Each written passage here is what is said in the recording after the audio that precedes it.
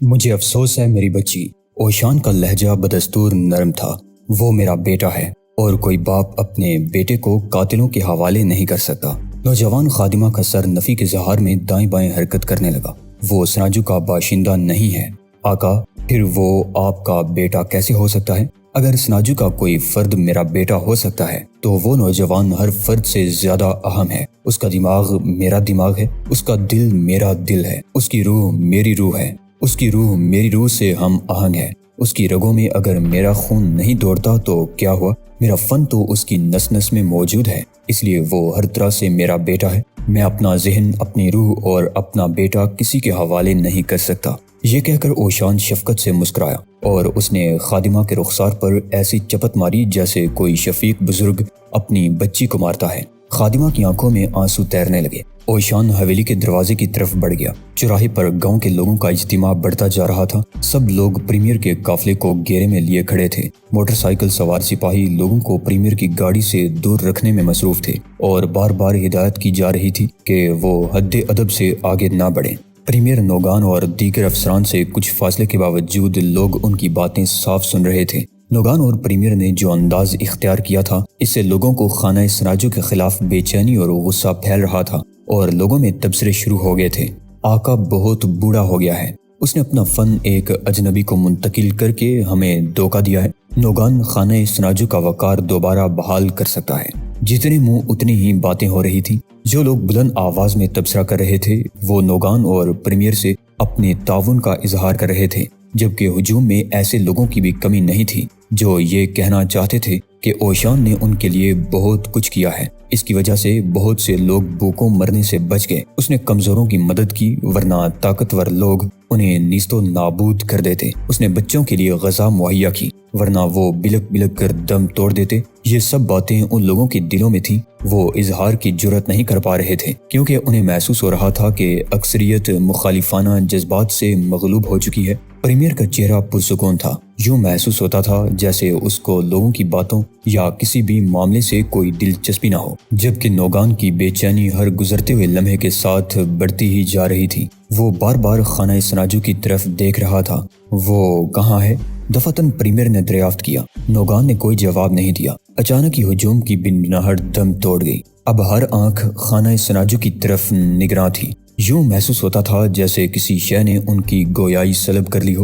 حویلی کی جانب سے اوشان چوراہے کی طرف چلا رہا تھا۔ اس کے جسم پر سفید روایتی لباس تھا۔ اس کے دونوں ہاتھ سامنے بندھے ہوئے تھے اور کھلی آستینوں میں پوشیدہ تھے۔ اس کے چہرے پر گہری سنجیدگی تھی۔ اس کے قدم آہستہ آہستہ لیکن سبک انداز میں اٹھ رہے تھے۔ وہ سکون کا ایک چھوٹا سا متحرک مجسمہ لگ رہا تھا۔ وہ اجنبی نوجوان کہاں ہے؟ دفعتاً ہجوم میں سے ایک شخص چیخ پڑا، نقلی آقا اب بھی اس اجنبی کو تحفظ دینے پر تلا ہوا ہے۔ دوسری آواز ابھری، غدار۔ ایک اور آواز سنائی تھی اور پھر ہجوم میں سے کئی آدمی غدار غدار کی صدائیں بلند کرنے لگے۔ نعروں سے اوشان کے چہرے پر کوئی تاثر نہیں ابھرا۔ یوں محسوس ہو رہا تھا جیسے اس کے کان بہرے ہو گئے ہوں۔ وہ اپنے مخصوص انداز میں اب بھی ہجوم کی طرف بڑھتا چلا آ رہا تھا۔ ہجوم کے نعرے خانہ سناجو میں صاف سنائی دے رہے تھے اور وہاں کے ماحول میں کوہرام کسی کیفیت پیدا ہو رہی تھی۔ حویلی میں موجود اوشان کی خادمہ نے یہ آوازیں سنی تو اسے یوں محسوس ہوا جیسے ہر جملہ تیر کی طرح اس کے دل میں پیوست ہو رہا ہو۔ اس کی آنکھوں میں آنسوؤں کا شفاف پانی تیرنے لگا۔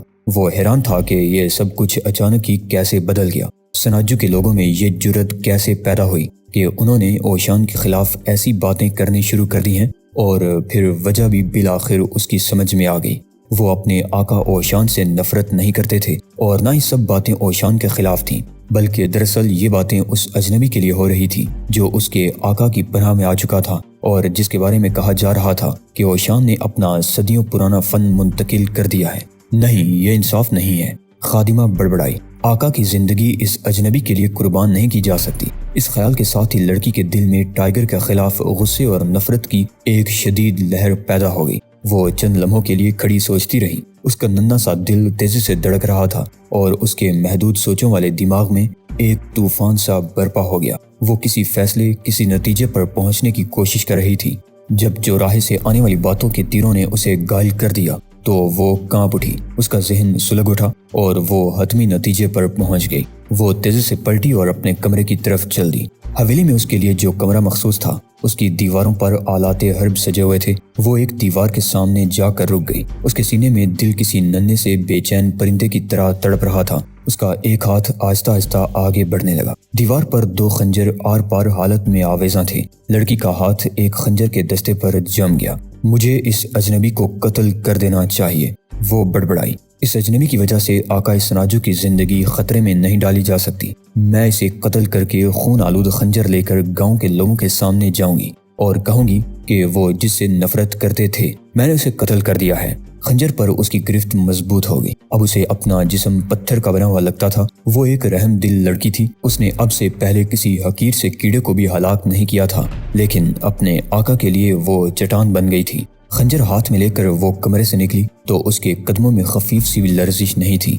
وہ پاؤں جما جما کر چلتی ہوئی حویلی کے اس کمرے کی طرف بڑھنے لگی جس میں وہ اجنبی نوجوان لیٹا ہوا تھا۔ ٹائیگر کے کمرے میں داخل ہونے کے بعد اس نے دروازہ نہایت آہستگی سے اپنے عقب میں بند کر دیا اور ٹائیگر کی طرف دیکھنے لگی۔ اس نے ٹائیگر کو دیکھا جو بے سدھ سو رہا تھا۔ اس کے چہرے پر معصوم سی مسکراہٹ تھی جسے دیکھ کر لمحے بھر کے لیے لڑکی کو یوں محسوس ہوا جیسے وہ کسی نوجوان اجنبی کو نہیں بلکہ کسی مانوس بچے کو دیکھ رہی ہو۔ اس کا دل شدت سے دھڑک اٹھا اور وہ بے چین ہو گئی۔ اس کی چٹانی کیفیت پارا پارا ہونے لگی۔ خنجر کے دستے پر جو نگینے جڑے ہوئے تھے وہ اسے اپنے نازک ہاتھوں میں چبھتے محسوس ہونے لگے۔ پھر یہ چبھن دل کی پھانس بن گئی۔ وہ سکتے کے عالم میں کھڑی ٹائیگر کو گورتی رہی۔ وہ حیران تھی کہ اس نوجوان کو وہ کیسے قتل کر سکتی ہے۔ دل کی دھڑکنوں نے اسے ایک عجیب دوراہے پر لا کھڑا کیا تھا۔ ایک طرف اس کے آقا اوشان کی زندگی تھی اور دوسری طرف یہ معصوم مسکراہٹ والا اجنبی نوجوان۔ اسے ان دونوں میں سے کسی ایک کا انتخاب کرنا تھا۔ وہ آہستہ آہستہ چلتی ہوئی ٹائیگر کے قریب پہنچ گئی۔ اس کا خنجر والا ہاتھ بلند ہوا اور عین اس وقت جب وہ خنجر ٹائیگر کے سینے میں پیوست کرنے والی تھی کہ اچانک ٹائیگر نے آنکھیں کھول دیں اور مسکرا کر بولا، ہیلو ڈیئر لٹل فادر کہاں ہے؟ لڑکی کے ہاتھ سے خنجر گر گیا۔ اس نے دونوں ہاتھوں سے چہرہ ڈھانپ لیا اور سسکیاں بھرتی ہوئی دروازے کی طرف دوڑتی چلی گئی۔ میں پوچھتا ہوں وہ گدھے کا بچہ اجنبی کہاں ہے؟ نوگان نے حلق کے بل چیخ کر کہا۔ وہ شان سے 2 قدم کے فاصلے پر بڑے ہی جارحانہ انداز میں کھڑا تھا۔ اس کی آنکھیں غصے اور جلاہٹ کی وجہ سے سرخ ہو رہی تھیں اور وہ یوں ہاتھ لہرا کر بولا تھا جیسے وہی مکہ اوشان کے مارتے مارتے رہ گیا ہو۔ اوشان نے اس کی گستاخی دیکھی اور اس کی طرف متوجہ ہو کر بولا، میں دیکھ رہا ہوں کہ پریمیر تم بھی اس کا ساتھ دو گے۔ پریمیر نے جواباً کندھے اچکا دیے۔ وہ اس بات کا کیا جواب دے سکتا تھا؟ اونگ یانگ کی کسی مخلوق سے یہ توقع کی جا سکتی ہے۔ اوشان نے بڑے زہریلے لہجے میں کہا۔ موٹر سائیکل سوار سپاہیوں میں سے ایک سپاہی یہ برداشت نہ کر سکا۔ وہ جلدی سے ایک قدم آگے آ گیا۔ اس کا پستول ہولسٹر سے نکل کر اس کے ہاتھ میں آ گیا تھا۔ انداز ایسا ہی تھا جیسے وہ پریمیر کی توہین پر اوشان کی کھوپڑی پاش پاش کر دینا چاہتا ہو۔ اوشان اپنی جگہ ساکت کھڑا رہا۔ اس کی آنکھوں میں بھی خفیف سی حرکت پیدا نہیں ہوئی تھی۔ اس نے صرف پتلیاں اس سپاہی پر گاڑ دی تھی اور ان میں نہ جانے کیا تاثر تھا کہ سپاہی کا اٹھا ہوا ہاتھ فضا ہی میں معلق رہ گیا۔ اس نے ایک جرجری سی لی جیسے اوشان کی آنکھوں کی سحری قوت سے آزاد ہو کر اس پر حملہ آور ہونا چاہتا ہو۔ عین اسی وقت پریمیر کی گرجدار آواز سنائی دی، رک جاؤ۔ اس نے سپاہی کو حکم دیا۔ سپاہی کا فضا میں معلق ہاتھ کانپ گیا۔ اس کا چہرہ کسی لاش کے چہرے کی طرح سفید پڑ گیا۔ پریمیر کی غراہٹ سے پتہ چلتا تھا کہ اسے سپاہی کی یہ حرکت پسند نہیں آئی، حالانکہ سپاہی نے یہ حرکت اس کی خوشنودی حاصل کرنے کے لیے ہی کی تھی اور اب اسے افسوس ہو رہا تھا کہ اس نے اتنی جلد بازی کا مظاہرہ کیوں کیا۔ باقی سپاہی بھی تو ضبط کیے کھڑے تھے، آخر اسے اوشان پر ہاتھ اٹھانے کی کیا ضرورت تھی؟ لیکن وقت گزر چکا تھا۔ اس نے اپنا عمل پروکار انداز میں مکمل کرنے کے لیے نفرت آمیز نظروں سے اوشان کی طرف دیکھا اور ایک قدم پیچھے ہٹ گیا۔ ناراض ہونے کی ضرورت نہیں، اوشان نے اس کی حالت سے محظوظ ہوتے ہوئے کہا، تمہارے پریمیر نے تمہاری زندگی کسی اور مرحلے پر قربان کرنے کے لیے بچا لی ہے، بس بہت ہو گیا۔ نوگان تلملا کر بولا، بتاؤ شہزاد کہاں ہے؟ آخر وہ بزدل باہر کیوں نہیں آتا؟ اوشان نے مسکرا کر کہا، ضروری نہیں کہ وہ باہر آ کر اپنی مردانگی ثابت کرے۔ بزدل بزدل۔ ہجوم میں سے ایک شخص چیخ پڑا اور بہت سے لوگوں نے ہانک لگائی۔ یوں محسوس ہوا جیسے ساری فضا ٹائیگر کو بزدل کہتی ہوئی گونج اٹھی ہو۔ جب تک ہجوم نعرے لگانے کے بعد خاموش ہو گیا، اس نے نہ تو کوئی حرکت کی اور نہ ہی کسی کو خاموش رہنے کے لیے حکم دیا۔ یک یک سناٹا چھا گیا۔ کون بزدل ہے؟ اوشان کی آواز سناٹے کا جگر چیر گئی۔ کیا وہ زخمی اجنبی بزدل ہے یا وہ بزدل گلہری جس نے اسے زخمی کرنے کے لیے 3 آدمیوں کو استعمال کیا تھا؟ بس بڑے میاں، نوگان نے بڑے ہی گستاخ لہجے میں کہا، بہت ہو چکی۔ نہیں، ابھی کچھ نہیں ہوا۔ اوشان نے پلٹ کر کہا، اگر میں اپنے آباء و اجداد سے کیے ہوئے وعدے کا پابند نہ ہوتا تو تمہاری زبان گدی سے کھینچ کر تمہارے ٹخنوں تک لے جاتا اور پھر دیکھتا کہ تم اس زبان سے کیا کہتے ہو۔ تم نے سناجو کے سیدھے سادے لوگوں کو بے وقوف بنایا ہے۔ وہ یہ سمجھ رہے ہیں کہ تم بے حد دلیر ہو۔ کیا تم نے انہیں یہ بھی بتایا ہے کہ جن لوگوں نے اس پر حملہ کیا تھا ان کا کیا حشر ہوا ہے؟ نوگان کا چہرہ غصے کی زیادتی سے سرخ ہو گیا۔ اگر مجھے تمہاری بزرگی کا پاس نہ ہوتا تو میں ایک ہی ہاتھ میں تمہارے سارے دعوے خاک میں ملا دیتا۔ آخر تم اسے سامنے کیوں نہیں لاتے؟ جب وہ بہادر ہے تو تمہیں اس کی طرف سے اتنی فکر کیوں لاحق ہے؟ یا وہ اس حویلی کے کسی کمرے میں چھپا ہوا کیوں بیٹھا ہے؟ میں تمہیں جانتا ہوں نا خلف، اوشان نے کہا۔ میں اپنے بزرگوں کی قسم کھا کر کہتا ہوں کہ اگر میں چاہوں تو یہاں موجود سینکڑوں آدمی بھی اس کا کچھ نہیں بگاڑ سکتے، لیکن میں اپنے عہد کا پابند ہوں۔ میں نہ تو تمہارے ہاتھ روک سکتا ہوں اور نہ ہی تمہاری زبان کو لگام دینا میرے بس میں ہے۔ میں صرف تمہیں سمجھا سکتا ہوں۔ میری بات مان لو، شہزاد کو اس کے حال پر چھوڑ دو، اسی میں تمہاری بہتری ہے۔ تم باتیں بہت کرتے ہو بڑے میاں، نوگا نے نفرت سے کہا۔ اس کی آنکھوں میں اوشان کے لیے زہر ہی زہر بھرا ہوا تھا۔ لیکن میں یہاں اس لیے آیا ہوں کہ اس اجنبی سے ہمیشہ کے لیے نجات حاصل کر لوں۔ تم نے سناجو کے لوگوں کا ورثہ اس اجنبی کو منتقل کر کے بستی والوں کے ساتھ غداری کی ہے، اس لیے اب تمہیں آقائے سناجو کا خطاب نہیں مل سکتا۔ اب میں آقائے سناجو ہوں۔ سناجو کی شمشیر میرے حوالے کر دو۔ غدار غدار غدار، ہر طرف سے صدائیں ابھرنے لگی۔ جب خاموشی چھا گئی تو اوشان کی آواز گونجنے لگی۔ اس کا لب و لہجہ نیا تھا، اس میں تنبیہ کے علاوہ خوفناک تاثر تھا۔ تم اسد شب کی داستان بول رہے ہو، اوشان نے بڑے ہی پراسرار انداز میں کہنا شروع کیا۔ سناجو کی کتابیں اٹھا کر دیکھو، قدیم نسخے میں تمہیں یہ بات مل جائے گی۔ اس داستان کو تم لوگ سینکڑوں بار پڑھ چکے ہو کہ ایک روز ایک ایسا شخص آئے گا جسے رات کا شیر کہا جائے گا۔ اس شیر کی روحانی اور جسمانی طاقت ناقابل تسخیر ہوگی۔ یہ داستانیں رہنے دو، انہیں تم بچوں کو سنا سنا کر کافی دہلا چکے ہو۔ نوگان نے غراتے ہوئے کہا، اس مٹی کے شیر کو باہر لاؤ، پھر دیکھتے ہیں کہ وہ ناقابل تسخیر ہے یا نہیں۔ وہ کہاں ہے؟ ہجوم میں سے ایک آواز ابھری، اسے باہر لاؤ۔ دوسرا غرایا۔ ہجوم کا شور بڑھتا جا رہا تھا، جبکہ اوشان نوگان سے یوں مخاطب تھا جیسے لوگوں کی آواز اس کے کانوں میں داخل ہی نہ ہو رہی ہو۔ تم سناجو کی شمشیر مجھ سے لے سکتے ہو نوگان، میں تمہیں آقائے سناجو بنا دیتا ہوں، لیکن تمہیں شہزاد سے منہ پھیرنا ہوگا۔ میں اس کی زندگی کا تم سے سودا کر رہا ہوں۔ نوگان کی حلق سے ایک بھیانک قہقہہ ابل پڑا۔ وہ چیخ کر بولا تاکہ وہاں پر موجود تمام لوگ اس بات سے آگاہ ہو جائیں، میں کسی دیوانے اور احمق بوڑھے سے کوئی سودے بازی نہیں کر سکتا۔ شہزاد کو مرنا پڑے گا، موت اس کا مقدر ہو چکی ہے، اور پھر تمہیں واپس اس گھر بھجوا دیا جائے گا جہاں تم سے پہلے بوڑھے آقائے سناجو آرام کر رہے ہیں۔ چوراہے پر سناٹا طاری ہو گیا۔ لوگ یوں خاموش ہو گئے جیسے وہ صدیوں سے ہونٹ سی کر وہاں کھڑے ہوں۔ انہیں یاد آ گیا تھا کہ نوگان نے جس آخری آرام گاہ کا ذکر کیا ہے اس کا کیا مطلب ہے۔ سناجو کی روایت تھی کہ ناکارہ اور بیمار بوڑھوں اور فاقہ کشی سے نڈال بچوں یا عورتوں کو ساحل پر واقع ایک گھر میں پہنچا دیا جاتا جس کا ایک حصہ گہرے پانی سے ملا ہوا تھا۔ اس گھر میں داخل ہونے کے بعد کوئی بھی واپس نہیں آ سکتا تھا کیونکہ اسے مچھلیاں اور دیگر آبی جانور چند ہی لمحوں میں چٹ کر جاتے تھے۔ اوشان نے غور سے نوگان کی آنکھوں میں دیکھا، اسے وہاں خفیف سی جھلک بھی نظر نہ آئی۔ انسانیت کا وہاں نام و نشان تک نہیں تھا۔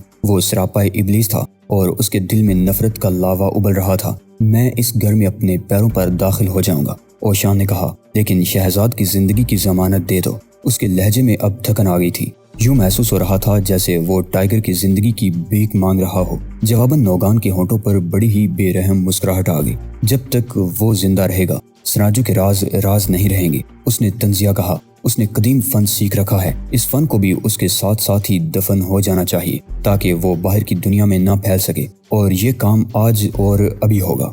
ہاں، یہ کام ابھی اور اسی وقت ہونا چاہیے۔ ہجوم نے چیخ چیخ کر اس کی ہمنوائی کی، اجنبی کو قتل کر دیا جائے۔ ان چیخوں سے اوشان کے کان بہرے ہونے لگے۔ اس کی نگاہیں آہستہ آہستہ آسمان کی طرف اٹھ گئیں۔ ان نگاہوں میں بے پناہ شکایت تھی، جیسے وہ اپنے آباء و اجداد سے کہہ رہا ہو کہ انہوں نے اسے کیوں پابند کر رکھا ہے، اس کے پیروں میں بیڑیاں کیوں ڈال رکھی ہیں، اسے آزاد کیوں نہیں کر دیا جاتا۔ لیکن آسمان خاموش رہا۔ اس کے آباء و اجداد کی روحوں نے اسے کوئی اشارہ نہیں دیا۔ سب کچھ اس کے خلاف جا رہا تھا۔ اس کا بھتیجا، اس کے عوام، اس کے آباء و اجداد کی روحیں، کوئی بھی تو اس کا ساتھ نہیں دے رہا تھا۔ سب کا ایک ہی تقاضا تھا، اجنبی کو قتل کر دیا جائے، شہزاد کو ہلاک کر دیا جائے۔ اچانک ایک داڑ سنائی دی۔ یوں محسوس ہوا جیسے جنگل میں شیر گرجا ہو۔ اس آواز سے سناجو کے در و دیوار پر لرزہ طاری ہو گیا۔ ہجوم پر یوں خاموشی چھا گئی جیسے انہیں سانپ سونگھ گیا ہو۔ وہی لوگ جو ٹائیگر کو بزدلی کا تانا دے کر چیخ رہے تھے، ان کے لبوں پر خاموشی کی مہریں لگ گئی تھیں اور وہ سب کے سب پھٹی پھٹی نظروں سے خانہ سناجو کی طرف دیکھ رہے تھے، جہاں گرد آلود راستے پر شہزاد ٹائیگر کھڑا تھا۔ اس کے جسم پر سیاہ لباس تھا اور اس کی سرخ آنکھیں ہجوم کو گو رہی تھیں۔ وہ بول رہا تھا اور اس کی آواز کو سناجو کے لوگوں نے یوں محسوس کیا جیسے ان کے سروں پر گھنٹیاں سی بج رہی ہوں۔ ان سب کی آنکھیں حیرت کی زیادتی سے اس لیے بھی پھٹ رہی تھیں کہ ٹائیگر سناجو کی زبان میں بول رہا تھا۔ اس وقت کون کہہ سکتا تھا کہ وہ سناجو کا باشندہ نہیں بلکہ ایک اجنبی ہے؟ لوگ حیرت سے گنگ ایک دوسرے کی طرف دیکھ رہے تھے۔ ٹائیگر کے بولنے کا انداز بالکل ویسا ہی تھا جیسے وہ برسوں سے اپنے قدیم آقاؤں کی آواز سنتے رہے تھے۔ اس کی زبان، اس کا لہجہ اور اس کی باتیں، سبھی کچھ سناجو کے قدیم آقاؤں کے مطابق تھا۔ میں رات کا شیر ہوں، گناہ آلود جسموں سے زمین کو پاک کرنا میری مہم ہے۔ میں قدیم آقائے سناجو کی عظمتوں کا زندہ نشان ہوں۔ میں ٹائیگر ہوں۔ وہ کتا کون ہے جو مجھے مقابلے کی دعوت دے رہا ہے؟ فوری طور پر کسی نے کوئی جواب نہیں دیا۔ سناجو کے لوگوں کو یوں محسوس ہوا جیسے چوراہے میں موجود ہر شخص کے منہ میں خوف کی لگام پڑ گئی ہو۔ میں تباہی کا دیوتا ہوں، ان لوگوں کے لیے جو کمزوروں پر ظلم کرتے ہیں۔ میں ظالموں کے لیے موت کا سایہ ہوں۔ میں نشان مرگ ہوں، سراپائے موت ہوں۔ سامنے آئے جسے یہ دعویٰ ہے کہ وہ سچا ہے اور دوسرے جھوٹے ہیں۔ ٹائیگر کا لہجہ بے حد خوفناک تھا۔ چوراہے پر موجود ایک بھی فرد ایسا نہیں تھا جس کا جسم پسینے سے شرابور نہ ہو گیا ہو۔ جس وقت ٹائیگر کی گونجدار آواز سنائی دینا شروع ہوئی تھی، اس وقت اوشان نوگان کی طرف دیکھ رہا تھا۔ آواز سن کر وہ دوسروں کی طرح چونکا تھا اور نہ ہی اس نے پلٹ کر آواز کی سمت میں دیکھنے کی ضرورت محسوس کی تھی۔ اس کی نظریں نوگان پر تھیں اور وہ اس کی حالت کا ہی جائزہ لیتا رہا۔ اس نے دیکھا کہ ٹائیگر کی آواز سن کر اور اس پر نگاہ پڑتے ہی سب سے پہلے تو نوگان کے چہرے اور آنکھوں میں بے یقینی کی جھلک ابھری، پھر ان میں دہشت کے تاثرات کی آمیزش شروع ہو گئی۔ وہ پھٹی پھٹی آنکھوں سے خانہ سناجو سے چوراہے کی طرف آنے والے 30 فٹ لمبے دھول اور گرد سے اٹے ہوئے راستے کو دیکھ رہا تھا۔ اوشان آہستہ آہستہ پلٹا۔ وہ سوچ رہا تھا کہ کیا خدا نے اس کی دعائیں اتنی جلدی قبول کر لی کہ شہزاد صحت یاب ہو گیا ہے۔ شہزاد ٹائیگر کی صحت مندی اس صدی کا معجزہ تھا۔ اوشان نے آسمانوں کی طرف دیکھ کر لمحے بھر کے لیے اظہار تشکر میں آنکھیں بند کر لیں، اور جب اس نے ٹائیگر کی طرف دیکھا تو اس کا دل اچھل کر حلق میں اٹک گیا اور پھر وہیں بے چینی سے دھڑکنے لگا۔ لمحے بھر قبل اسے امید کی جو کرن سجائی دی تھی وہ فوراً ہی اندھیروں میں ڈوب گئی۔ وہ جو کچھ دیکھ رہا تھا اس پر اوشان کا دل رو پڑا تھا۔ ٹائیگر خوب پاؤں جما کر کھڑا تھا اور اس کے جسم کا زیادہ تر بوجھ اس ٹانگ پر نظر آ رہا تھا جو زخمی نہیں تھی۔ بائیں ٹانگ پر اس کے دونوں بازو پہلوؤں میں ڈھیلے ڈالے انداز میں جول رہے تھے، دونوں جسم سے قریب تر تھے۔ حالانکہ عام آدمی نہیں سمجھ سکتا تھا کہ ٹائیگر نے دونوں ہاتھوں سے جسم کو سہارا دے رکھا ہے۔ اس کا مطلب تھا کہ وہ زخمی کندھوں کا بوجھ اس انداز میں ہاتھوں کو جسم پر لٹکا کر برداشت کر رہا تھا تاکہ جوڑوں پر زیادہ کھچاؤ نہ پڑے۔ اور جب اوشان نے محسوس کیا کہ ٹائیگر نے اٹھنے اور پھر جنگی لباس پہن کر باہر آنے میں کس قدر اذیت برداشت کی ہے تو اس کا دل محبت اور ستائش کے جذبات سے معمور ہو گیا۔